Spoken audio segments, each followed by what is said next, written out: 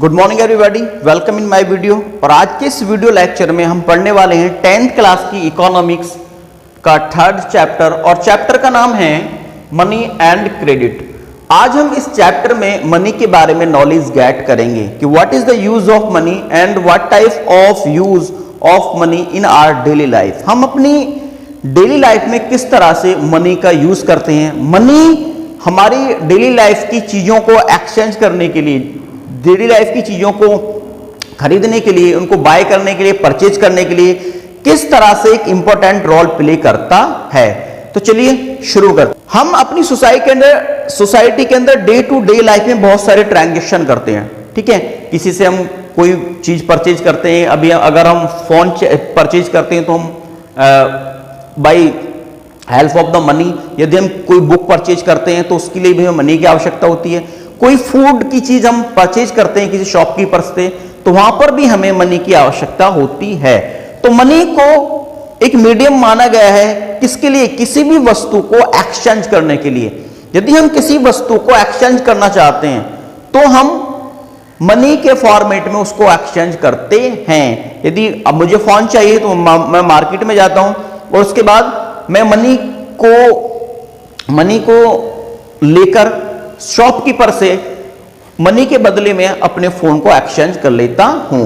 Means money के ही जरिए मैं बहुत सारी थिंग्स जो डेली लाइफ में यूज होने वाली हैं उन सबको मैं खरीदता हूं। तो इस तरह से डे टू डे लाइफ में मनी का बहुत ज्यादा हम यूज देखते हैं, और इसीलिए मनी को बोला जाता है कि money as a medium of exchange. ये किसी भी चीज को एक्सचेंज करने का एक मीडियम होता है। That is clear. आप बहुत सारी अपनी सोसाइटी के अंदर बहुत सारी ऐसी ट्रांजैक्शन करते होंगे, बहुत सारी ऐसी चीजों को परचेज करते होंगे जो ओनली मनी के थ्रू ही आ सकती हैं। तो इस तरह से हम कह सकते हैं कि money is a medium of exchange. ये एक जितनी भी वस्तुएं, जितनी भी डे टू डे लाइफ की थिंग्स हैं उनको एक्सचेंज करने का एक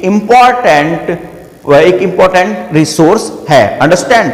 अब उसके बाद अगर हम बात करें ओल्ड टाइम में, जितना भी आपका एंशिएंट टाइम था, उस समय मनी नहीं था। उस समय जो मनी की जो फॉर्म थी वो अलग होती थी, ठीक है। उस समय क्या था? उस समय बार्टर सिस्टम चलता था। एंशिएंट टाइम में लोगों के पास मनी नहीं होता था, उस समय करेंसी का इन्वेंशन नहीं हुआ था। तो मनी के फॉर्मेट में या आप थिंग्स को उस समय एक्सचेंज करने के लिए पर्सन अपने कैटल्स को, अपने ग्रेन्स को इस तरह से वो यूज करते थे, और उन्हीं के थ्रू अपनी जितनी भी डे टू डे लाइफ की जो थिंग्स हैं पर लाइफ को सरवाइव करने के लिए वो एक दूसरे के साथ खरीदते थे, परचेज करते थे, एक्सचेंज करते थे। अब एंशिएंट टाइम में क्या होता था? जैसे कि किसी पर्सन के पास मैंगो है और अदर पर्सन के पास ग्रांस है, किसी और पर्सन के पास क्या है? किसी और पर्सन के पास बुक है। अब इन तीनों की जो वांट्स हैं वो अलग अलग हो सकती है। जो मैंगो वाला पर्सन है वो ये चाह रहा है कि मुझे शूज मिल जाए, जो ग्रांस वाला पर्सन है वो ये चाह रहा है कि मुझे वो बफेलो मिल जाए या एनिमल मिल जाए, और जो बुक वाला पर्सन है वो ये चाह रहा है कि मुझे कोई व्हीकल्स मिल जाए, ठीक है, जैसे बुक्स कार्ट मिल जाए या कुछ और टाइप की जो थिंग्स है वो उसकी वांट्स है। तो अब ऐसे पर्सन आपस में एक दूसरे की जो थिंग्स है उनको एक्सचेंज नहीं कर सकते। अब बुक्स वाले पर्सन को व्हीकल्स वाला पर्सन ढूंढना पड़ेगा ताकि बुक्स के साथ वो अपने व्हीकल एक्सचेंज कर सके। मैंगो वाले पर्सन को कोई ग्रांस शू वाला पर्सन ढूंढना पड़ेगा ताकि उसके साथ वो अपने मैंगोस को एक्सचेंज कर सके, और ग्रांस वाले पर्सन को उसकी वांट्स के अकॉर्डिंग वो पर्सन उसको ढूंढना पड़ेगा ताकि ग्रांस के साथ वो अपनी वांट्स के अकॉर्डिंग जो उसने चाहा है उसको एक्सचेंज कर सके।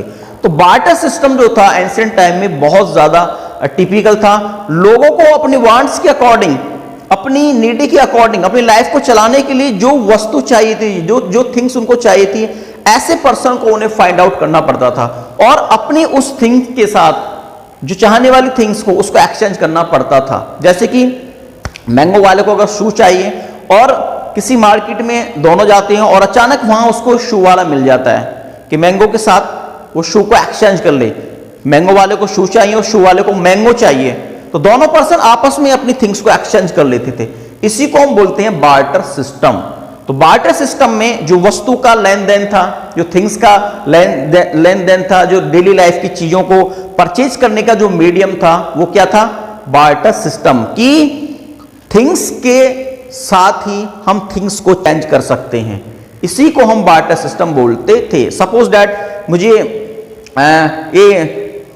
मुझे पढ़ाने के लिए बुक चाहिए और किसी पर्सन को शर्ट चाहिए, तो मैं शर्ट के बदले उसके साथ बुक्स एक्सचेंज कर लूं, तो इसको बोलते हैं बार्टर सिस्टम। ठीक है, क्योंकि उसको शर्ट चाहिए, मुझे बुक्स चाहिए, उसके पास बुक है, मेरे पास शर्ट है, और हम दोनों ही अपनी चीजों को एक्सचेंज करना चाह रहे हैं। तो इस तरह के सिस्टम को हम बार्टर सिस्टम बोलते हैं, क्योंकि उस समय हमारे पास मनी नहीं होता था, हमारे पास थिंग्स होती थी, जैसे कैटल्स है, ग्रांस है। ठीक है, उसी थिंग्स से, कैटल से, ग्रांस से अब जितने भी पीपल थे वो आपस में अपनी थिंग्स का एक्सचेंज करते थे और अपनी डेली लाइफ की चीजों को खरीदते थे। तो उस समय लाइफ क्या थी? बड़ी टिपिकल होती थी, बड़ी उसको सरवाइव करना बड़ा मुश्किल था, क्योंकि ऐसे पर्सन को ढूंढना इतना आसान नहीं था कि जो दोनों एक ही तरह की वांट्स रखते हों।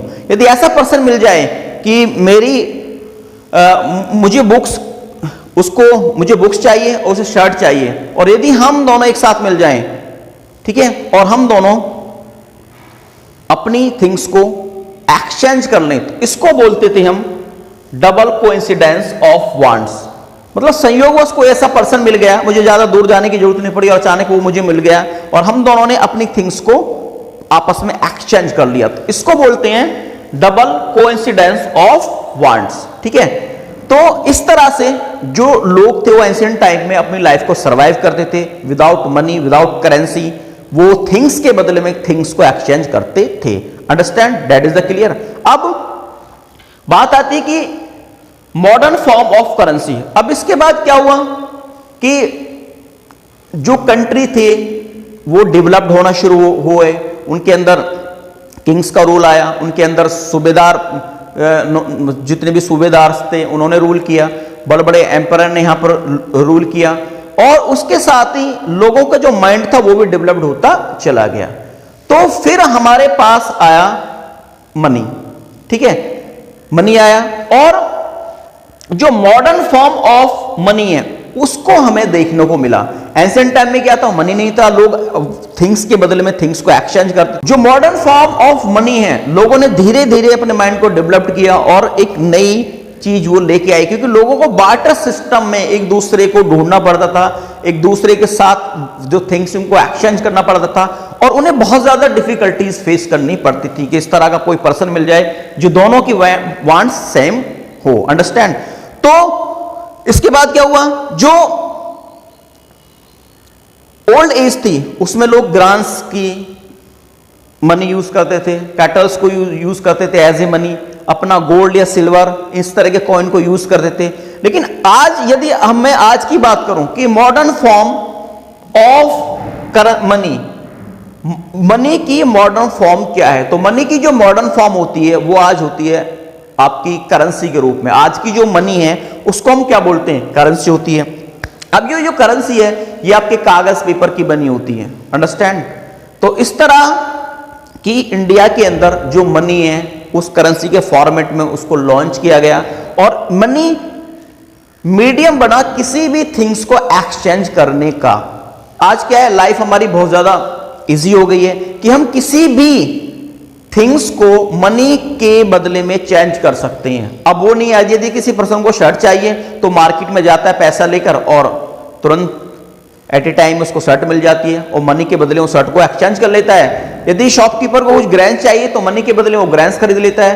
तो इस तरह का मीडियम, इस तरह का जो मीडियम है, इस तरह का जो एक तरह का रूल एंड रेगुलेशन है वो कंट्री में चलाया गया, और न्यू जो फॉर्म है मनी की, जो मॉडर्न फॉर्म है वो लॉन्च की गई, ताकि लोगों को ज्यादा से ज्यादा लाइफ को सरवाइव करने में, अपनी डे टू डे जितनी भी थिंग्स हैं उनको खरीदने में उन्हें ज्यादा डिफिकल्टी फेस ना करनी पड़े। आज इंडिया के अंदर जो करेंसी है जिसको हम नॉट बोलते हैं, इंडियन करेंसी को इंडियन रुपीस बोलते हैं, वो इंडियन गवर्नमेंट के द्वारा लॉन्च की गई, और इंडियन गवर्नमेंट के द्वारा जो इंडियन रुपीस है उसको एक मान्यता मिली हुई है कि उसके बदले में आप इंडिया के अंदर किसी भी तरह की थिंग्स को एक्सचेंज कर सकते हैं। इंडिया में रिजर्व बैंक ऑफ इंडिया जो इंडियन रुपीज है उसको प्रिंट करता है। इंडियन गवर्नमेंट ने रिजर्व बैंक ऑफ इंडिया को राइट दिए हैं कि वो इंडियन करेंसी को प्रिंट करे, ठीक है। और रिजर्व बैंक ऑफ इंडिया के द्वारा प्रिंट की गई जो भी करेंसी है वो पूरे देश में मान्य है। उसको मीडियम ऑफ एक्सचेंज के रूप में, किसी भी चीज को परचेज करने के रूप में हर सिटीजन को मानना पड़ेगा। कोई भी सिटीजन करेंसी को लेने के लिए मना नहीं कर सकता। आप मार्केट में जाएं तो कोई भी जो चीज है वो इजीली आप परचेज कर सकते हैं इंडियन करेंसी से इंडिया के अंदर। यदि कोई पर्सन मना करता है तो उसको जेल हो सकती है, क्योंकि वो ऑथराइज है गवर्नमेंट ऑफ इंडिया के द्वारा, रिजर्व बैंक के द्वारा, कि वो ही करेंसी इंडिया के अंदर चलेगी जो रिजर्व बैंक ऑफ इंडिया ने प्रिंट की है और जो इंडियन गवर्नमेंट ने जिसको ऑथराइज किया है। तो इस तरह की मॉडर्न फॉर्म ऑफ मनी में इंडिया का जो नोट है वो नोट की करेंसी होती है जिसको हम इंडियन रुपीज बोलते हैं, और उसी के थ्रू हम डे टू डे लाइफ की जितनी भी थिंग्स है इंडिया के अंदर परचेज करते हैं। अंडरस्टैंड। उसके बाद आपका आता है कि डिपॉजिट विद बैंक। अब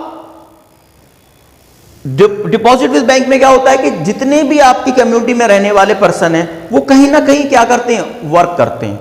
अंडरस्टैंड।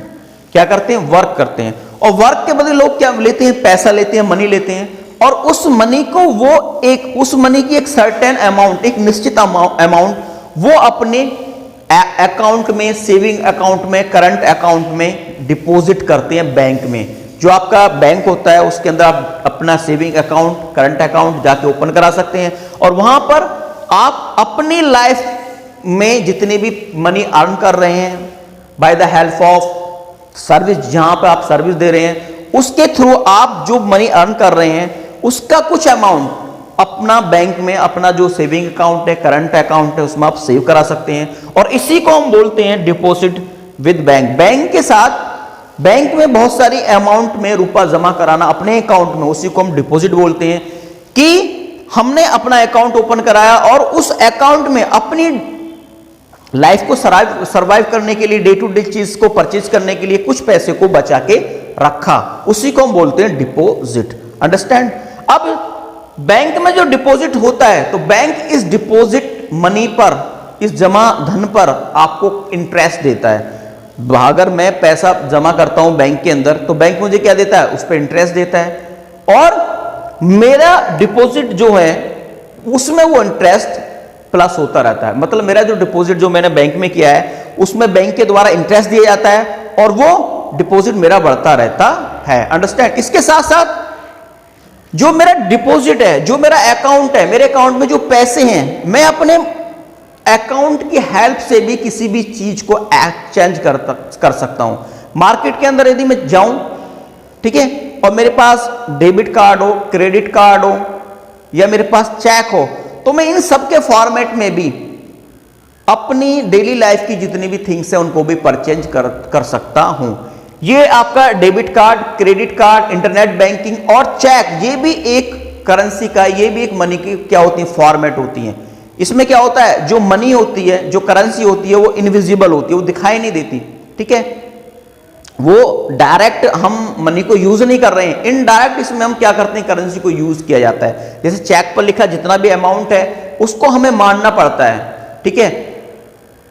कोई डेबिट कार्ड से जो ट्रांजेक्शन कर रहा है उसको हमें मानना पड़ता है, ठीक है। क्रेडिट कार्ड से जो ट्रांजेक्शन कर रहा है उसको हमें मानना पड़ता है, और डेबिट कार्ड की हेल्प से ट्रांजेक्शन जो, और आपका क्रेडिट कार्ड की हेल्प से और चेक के हेल्प से भी हम डे टू डे लाइफ में जितनी भी थिंग्स हैं उनको परचेज कर सकते हैं, उनको एक्सचेंज कर सकते हैं, और कोई भी ये सारी चीजों को आपको उनके साथ एक्सचेंज करने के लिए, चेक के साथ थिंग्स को एक्सचेंज करने के लिए इनकार नहीं कर सकता, क्योंकि वो भी एक मनी की फॉर्मेट होती है। यदि आप किसी पर्सन को चेक देते हैं तो वो चेक मान्य होता है, क्योंकि उस चेक के जो चेक आपने दिया है वो डिपॉजिट है। जो धन आपने, जो मनी आपने डिपॉजिट किया बैंक के अंदर, वो उसी का एक पार्ट है, और उस डिपॉजिट में से वो जो चेक में लिखा हुआ अमाउंट है वो काट लिया जाता है, और उस पर्सन को वो अपना जो पार्ट है वो मिल जाता है, उस थिंग्स का प्राइस मिल जाता है जो थिंग्स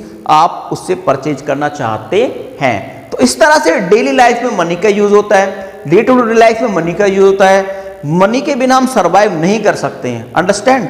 अब इसके बाद आता है कि लोन एक्टिविटीज ऑफ बैंक। अब जितने भी इंडियन सिटीजन है या वर्ल्ड के अंदर जितने भी पर्सन है, उनको लाइफ को जीने के लिए मनी की आवश्यकता होती है, करेंसी की आवश्यकता होती है। आप सभी जानते हैं। देखिए, आप एजुकेशन ले रहे हैं तो मनी आप दे रहे हैं, मैं आपको टीचिंग प्रोवाइड करा रहा हूं तो मैं आपको मनी के फॉर्मेट में, मतलब मुझे मनी मिल रहा है। तो डे टू डे लाइफ को सर्वाइव करने के लिए, किसी तरह की सर्विस देने के लिए भी हम मनी लेते हैं, अंडरस्टैंड। मनी के बिना हमारी लाइफ सर्वाइव नहीं कर सकती, इजीली हम उसको नहीं जी सकते हैं। यदि आप सोसाइटी में रहते हैं तो डेफिनेटली, और वस्तुओं का एक्सचेंज करते हैं, तो आपको थिंग्स का एक्सचेंज करने के लिए और अपनी लाइफ को सर्वाइव करने के लिए आपको मनी की आवश्यकता पड़ती ही है, अंडरस्टैंड। अब जितने भी आपके सेक्टर है, जैसे लास्ट चैप्टर में मैंने आपको पढ़ाया था कि प्राइमरी सेक्टर है, सेकेंडरी सेक्टर है, टर्सरी सेक्टर है, या अदर टाइप कोई और एक्टिविटीज है जो लोग अपनी लाइफ को सर्वाइव करने के लिए करता है, तो इन सबको मनी की आवश्यकता पड़ती है। और मनी का जो अमाउंट होता है वो गवर्नमेंट ऑफ इंडिया के द्वारा प्रिंट किया जाता है। जो रिजर्व बैंक को उन्होंने इसकी अथॉरिटी दी है कि इंडिया के अंदर रिजर्व बैंक की, आपका जो bank of India reserve bank, वही करेंसी को क्या कर सकता है, प्रिंट कर सकता है, ठीक है। तो इसी तरह से जब लाइफ को सर्वाइव करने के लिए मनी की आवश्यकता होती है, या किसी बिजनेस को सेट करने के लिए मनी की आवश्यकता होती है, तो लोगों को जो मनी की आवश्यकता होती है तो वो बैंकों के पास जाते हैं, ठीक है, और बैंक उनको लोन प्रोवाइड कराता है, ठीक है। लोन एक्टिविटीज ऑफ बैंक, इसी को बोलते हैं loan activities of bank. Bank की जो लोन एक्टिविटीज है वो बैंक के द्वारा ही की जाती है, और गवर्नमेंट ऑफ इंडिया के डायरेक्शन में वो लोन प्रोवाइड करता है। रिजर्व बैंक ऑफ इंडिया के डायरेक्शन में जितने भी बैंक हैं वो उस पर्सन को लोन प्रोवाइड करते हैं जिस पर्सन को अपना बिजनेस सेट करने के लिए, अपनी एजुकेशन कंप्लीट करने के लिए, या अपने एग्रीकल्चर को आगे बढ़ाने के लिए पैसे की आवश्यकता होती है, लोन की आवश्यकता होती है, वो बैंक में जाते हैं और वहां से वो लोन लेते हैं। और ऐसे लोगों को जो बैंक है वो लोन प्रोवाइड कराता है उनके नीड के अकॉर्डिंग, अंडरस्टैंड। अब हमने पढ़ा था कि डिपॉजिट विद बैंक, बैंक के अंदर जितना भी पैसा है, जितने भी इंडियन सिटीजन है जो अपनी सर्विस करते हैं, नौकरी करते हैं, जो लाइफ में अर्निंग करते हैं, वो कुछ पार्ट अपना डिपॉजिट करते हैं बैंक में। तो बैंक के पास एक सर्टेन अमाउंट में, बहुत ज्यादा अमाउंट में क्या हो जाता है, मनी हो जाता है। उस मनी को बैंक लोन के फॉर्मेट में पब्लिक को प्रोवाइड कराता है, और उसके बदले में क्या लेता है, हमसे इंटरेस्ट लेता है। मींस यदि हम लोन बैंक से ले रहे हैं तो बैंक को हम जब लोन पे करेंगे तो विद इंटरेस्ट पे करेंगे। डिपॉजिट का इंटरेस्ट जो हमें बैंक के द्वारा दिया जाता है वो हमारे सेविंग या करंट अकाउंट में दिया जाता है, ठीक है। लेकिन लोन के ऊपर जो इंटरेस्ट होता है, जो ब्याज होता है, वो बैंक को हम देते हैं। इसमें ये डिफरेंस होता है कि डिपॉजिट का जो इंटरेस्ट है वो बैंक हमें देगा, लेकिन लोन का जो ब्याज है, जो इंटरेस्ट है, वो बैंक को हम प्रोवाइड कराएंगे। तो दोनों का जो अमाउंट है इंटरेस्ट का वो अलग अलग होता है, डिपॉजिट का अलग होता है और लोन का अलग होता है। तो अब जब बैंक किसी को लोन देता है बिजनेस सेटअप करने के लिए, बिजनेस को इंक्रीज करने के लिए, या एग्रीकल्चर को बढ़ावा देने के लिए, आपकी एजुकेशन को कंप्लीट कराने के लिए, या आप कोई शॉप ओपन करना चाह रहे हैं उसके लिए, तो बैंक आपसे एक कोलेट्रॉल लेता है, आपसे कोलेट्रॉल लेता है। कोलेट्रॉल का मतलब होता है आपकी जो प्रॉपर्टी है, या तो उसके डॉक्यूमेंट चाहिए, या कोई ऐसा अमाउंट जिसके बदले में बैंक को ये लगे कि हाँ, इस पर्सन के पास ये प्रॉपर्टी है, यदि ये पर्सन हमारे लोन को रीपे नहीं कर पाया विद इंटरेस्ट, तो हम इसकी प्रॉपर्टी को जब्त कर लेते हैं, या इसकी प्रॉपर्टी को नीलाम कर अपना जो लोन है उसको पे कर सकते हैं, अंडरस्टैंड। तो इस तरह का जो एक अमाउंट होता है उसको हम बोलते हैं कोलेट्रॉल। कोलेट्रॉल एक तरह की क्या होती है, गारंटी होती है कि आपके हमारे जो थिंग्स हैं, हमारी शॉप के जो पेपर हैं, हमारी प्रॉपर्टी के जो पेपर हैं, ठीक है, वो आपके बैंक में गिरवे रखे होते हैं, और उसके बदले में हमें बैंक एक सर्टेन अमाउंट में लोन प्रोवाइड कराता है। तो इस तरह की जो लोन की एक्टिविटीज है वो बैंक के द्वारा की जाती है, अंडरस्टैंड। तो आज की इस वीडियो में हमने जाना कि मनी एंड क्रेडिट में कि मनी की क्या इंपॉर्टेंस है? पहले मनी नहीं था तो लोग बार्टर सिस्टम के थ्रू वन थिंग से अनदर थिंग्स को एक्सचेंज करते थे, अंडरस्टैंड। और यदि कोई पर्सन एक ही थिंग्स चेंज करने वाले आपस में किसी कारणवश मिल जाते थे तो उसको हम बोलते थे double coincidence of wants, understand. उसके बाद हमने पढ़ा कि जो मॉडर्न फॉर्म है मनी की वो क्या क्या होती हैं, ठीक है। मॉडर्न फॉर्म आपकी बहुत सारी होती हैं। आज हम चेक भी यूज करते हैं, ठीक है। इंडिया के अंदर नोट्स है, इंडियन रुपीस को जो कागज का है वो है, ठीक है। उसके बाद है डिपॉजिट विद बैंक, बैंक के साथ जब हम बैंक में किसी तरह का हम अपना पैसे को सेव करते हैं तो उसी को हम बोलते हैं डिपॉजिट। ये हमारा अकाउंट में होता है, चाहे सेविंग अकाउंट हो चाहे करंट अकाउंट, अंडरस्टैंड।